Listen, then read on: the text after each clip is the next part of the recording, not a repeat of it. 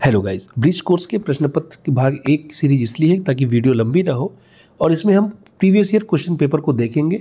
कई सालों के प्रीवियस ईयर क्वेश्चन पेपर को देखेंगे, कहाँ से प्रश्न आते हैं ये भी जानेंगे, कितने कठिन या कितने आसान प्रश्न आते हैं उनको भी देखेंगे। सारे प्रश्न आपको दिखाए जाएंगे और ये भी बताया जाएगा कि कहाँ से ये प्रश्न आया है, किस यूनिट से आया है, ये भी इसकी भी चर्चा की जाएगी।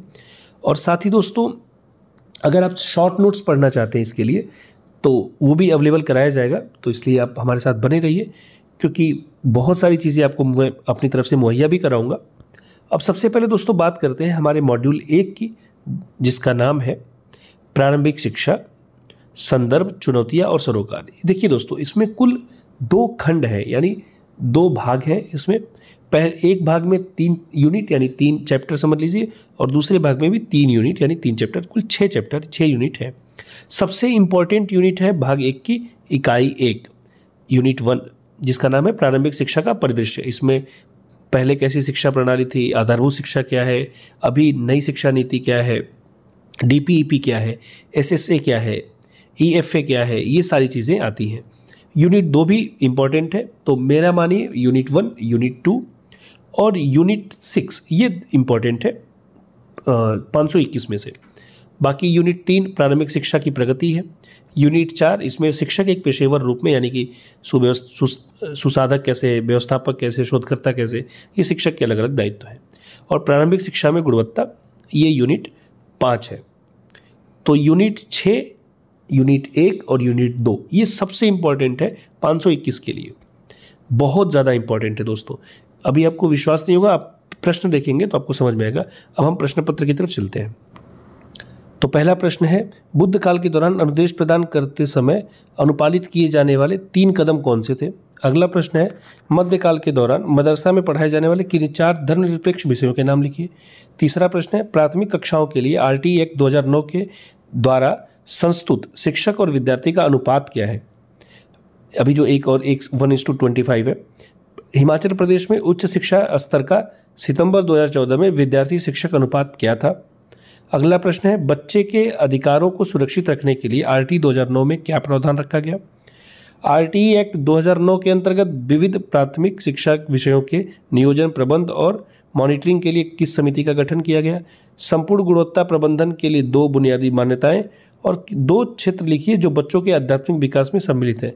ऊपर के 7 प्रश्न यूनिट 1 से आए हैं। अगला प्रश्न है, ब्रिटिश काल के दौरान प्रारंभिक शिक्षा के विकास की चर्चा कीजिए, या धर्मनिरपेक्ष शिक्षा के संदर्भ में शिक्षा के संवैधानिक प्रावधानों की चर्चा कीजिए। जो ऊपर वाला प्रश्न है यूनिट 1 से है। सर्व शिक्षा अभियान की प्रमुख विशेषताओं की चर्चा कीजिए, ये भी यूनिट 1 से है। या एमडीएम के उद्देश्यों की चर्चा कीजिए, ये भी दोस्तों यूनिट 1 से ही है। शांति के लिए शिक्षा के संदर्भ में राष्ट्रीय पाठ्यचर्या की रूपरेखा 2005 के सुझावों की व्याख्या कीजिए, ये यूनिट 2 से आया है। जो 13वां प्रश्न है ये यूनिट 2 का है। अगला प्रश्न है, विज्ञान शिक्षा पर राष्ट्रीय पाठ्यचर्या की रूपरेखा 2005 की संस्तुतियों का वर्णन कीजिए, ये भी यूनिट 2 से है। तो देख सकते हैं आप सारे प्रश्न यूनिट 1 से, 1-2 प्रश्न यूनिट 2 से आए हैं, और जो 9वां प्रश्न था ये यूनिट 6 से था। 14वां प्रश्न, हिमाचल प्रदेश में प्राथमिक शिक्षा में निम्नलिखित में इनका विश्लेषण कीजिए। जो प्राथमिक शिक्षा के लिए जो स्थिति है, हिमाचल प्रदेश में प्राथमिक शिक्षा पर प्रमुख हस्तक्षेपों की चर्चा कीजिए। या तो 15वां प्रश्न है, एक प्रभावकारी शिक्षक की विशेषताओं का वर्णन कीजिए, या भारत में शिक्षा प्रथा पर व्यवहारिक कोषों की संक्षिप्त व्याख्या कीजिए। 16वां प्रश्न है, बुनियादी इंफ्रास्ट्रक्चर और अन्य सुविधाओं के संदर्भ में गुणवत्तापूर्ण प्राथमिक शिक्षा के आयाम की चर्चा कीजिए, या शिक्षण अधिगम समय के संदर्भ में गुणवत्तापूर्ण प्राथमिक शिक्षा के आयामों की चर्चा कीजिए। 17वां प्रश्न है, धार्मिक मूल्यों को विस्तार पूर्वक बताइए और इन्हें विकसित कैसे किया जाए, या पाठ्यक्रम और मूल्यों के अंतर संबंध की चर्चा कीजिए।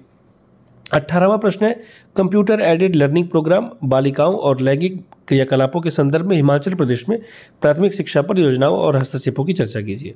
या शिक्षा का अधिकार अधिनियम 2009 के अपेक्षाओं और चुनौतियों की चर्चा कीजिए। 19वां और आखिरी प्रश्न है, गुणवत्ता सुनिश्चित करने के लिए एक शिक्षक के लिए आवश्यक शिक्षण दक्षताओं की आलोचनात्मक व्याख्या कीजिए। या विद्यालय में गुणवत्ता आश्वासन सुनिश्चित करने के लिए उत्तरदायी कारकों की चर्चा कीजिए।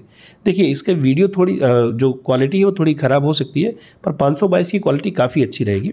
अभी आप उसको भी देखेंगे। तो पहले 522 का भी जो पाठ्यक्रम है इसमें भी कुल 2 खंड है और 3-3 यूनिट इसमें भी है। इसकी जो सबसे इंपॉर्टेंट यूनिट है यूनिट 4, यूनिट 5 और यूनिट 6, ये बहुत इंपॉर्टेंट है। वैसे आपको 4 और 6 यूनिट अच्छे से पढ़नी चाहिए।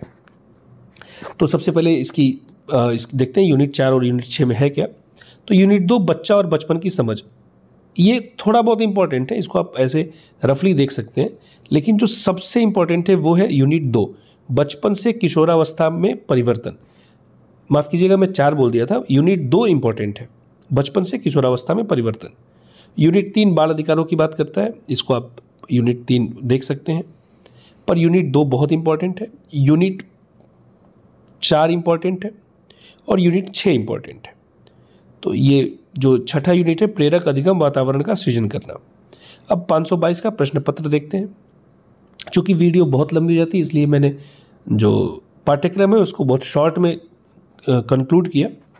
अब बात करते हैं अगले प्रश्न पत्र की 522 की। ये आप देख सकते हैं पेपर आपको ऐसे मिलेगा। और एक जरूरी सूचना है दोस्तों, पेपर आपको हिंदी या अंग्रेजी में ही मिलेगा। पर हाँ, आप इसको भारत की जो संविधान में 28 भाषाएं हैं, आप उसमें से किसी भी भाषा में लिख सकते हैं। चाहे असमी में लिखिए, बंगाली में लिखिए, गुजराती में लिखिए, किसी भी भाषा में भी लिख सकते हैं। पहला प्रश्न है संवेदी मोटर अवधि की उप अवस्थाएं क्या है। दूसरा प्रश्न है बच्चों के भावनात्मक विकास की 2 विशेषताएं लिखिए। तीसरा, बाल्यावस्था के दौरान समूह वफादारी के महत्व को समझाइए। चौथा, एक शिक्षक के रूप में बच्चे के आत्मबोध हेतु आप क्या सहायता कर सकते हैं। पांचवा, मुक्त अधिगम का क्या अर्थ है। छठा, समावेशी कक्षा कक्ष वातावरण का क्या अर्थ है। सातवां प्रश्न, स्क्रैप फोल्डिंग शब्द का अर्थ और उदाहरण सहित इसको समझाइए। आठवां प्रश्न है भारतीय संविधान के अनुच्छेद 21 क का उल्लेख कीजिए।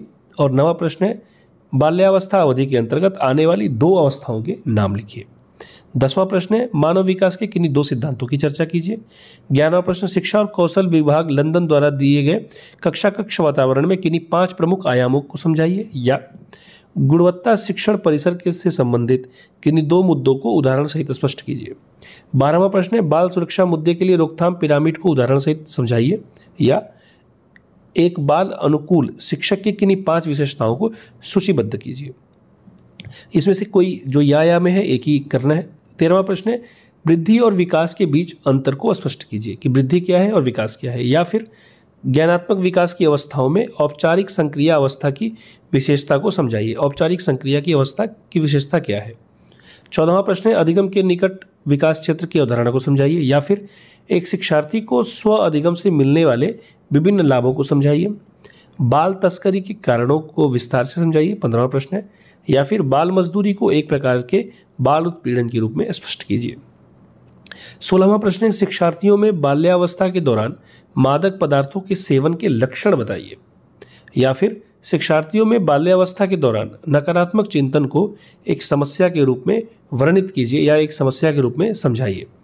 17वां प्रश्न है बच्चों के अधिगम को घर पर सहजीकृत कैसे किया जाए। या फिर एक शिक्षार्थी स्वनिर्देशित बच्चा कैसे बन सकता है। 18वां बाल्यावस्था के दौरान एक बच्चे द्वारा सामना किए जाने वाले विभिन्न सांस्कृतिक सामाजिक समस्याओं को समझाइए। या बाल्यावस्था के दौरान एक बच्चे द्वारा सामना की जाने वाली विभिन्न मनोवैज्ञानिक समस्याओं को समझाइए। 19वां और आखिरी प्रश्न एक शिक्षक प्रभावशाली शिक्षण द्वारा विद्यार्थियों में आत्म अवधारणा को कैसे विकसित कर सकता है, इसको स्पष्ट करिए। या फिर बच्चों के विभिन्न सामाजिक और भावनात्मक व्यवहार संबंधी समस्याओं का संक्षेप में वर्णन कीजिए। तो देखिए दोस्तों, ये पूरा प्रश्न पत्र है। आप देख सकते हैं कि यूनिट 2, यूनिट 4 और 6 ये इंपॉर्टेंट है 522 के लिए। धन्यवाद दोस्तों, थैंक यू।